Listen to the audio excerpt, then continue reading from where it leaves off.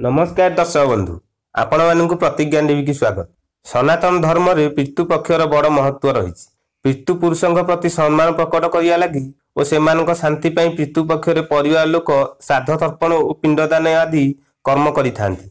एपरि कार्य करिवा द्वारा वर्ष तमाम पितृ पुरुषों आशीर्वाद परिवार उपर लागि रहिथाय और विभिन्न बाधा दूर होइथाय। धार्मिक मान्यता अनुसार पितृ पुरुषों शांति लगी पितृपक्ष समय श्राद्ध तर्पण पिंडदान आदि कर्म करिवार विशेष महत्व रही।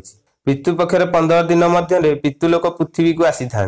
तेणु यही समय से सम्मानित करने लगी पूजा अनुष्ठान कराए। किंतु बहु परिवार समस्या देखा जाए जितेबले परिवार पुओ किंबा नाती न था।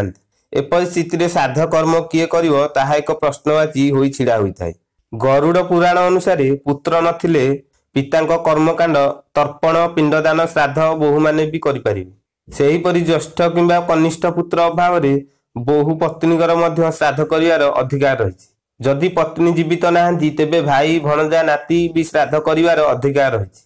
ज्योतिष शास्त्र अनुसार श्राद्ध पिंडदान किंबा कर्मकांड परि अनुष्ठान करने समय महिला माने किछि कथा उपरे विशेष ध्यान देवा उचित। जेपरिक पितृपक्षरे सेमाने धला किंबा हलदी रंगर वस्त्र धारण करने उचित। यह व्यतीत पितृ तर्पण करने समय महिला माने जल रे कुश और कला राशि पकाई तर्पण करने अनुचित।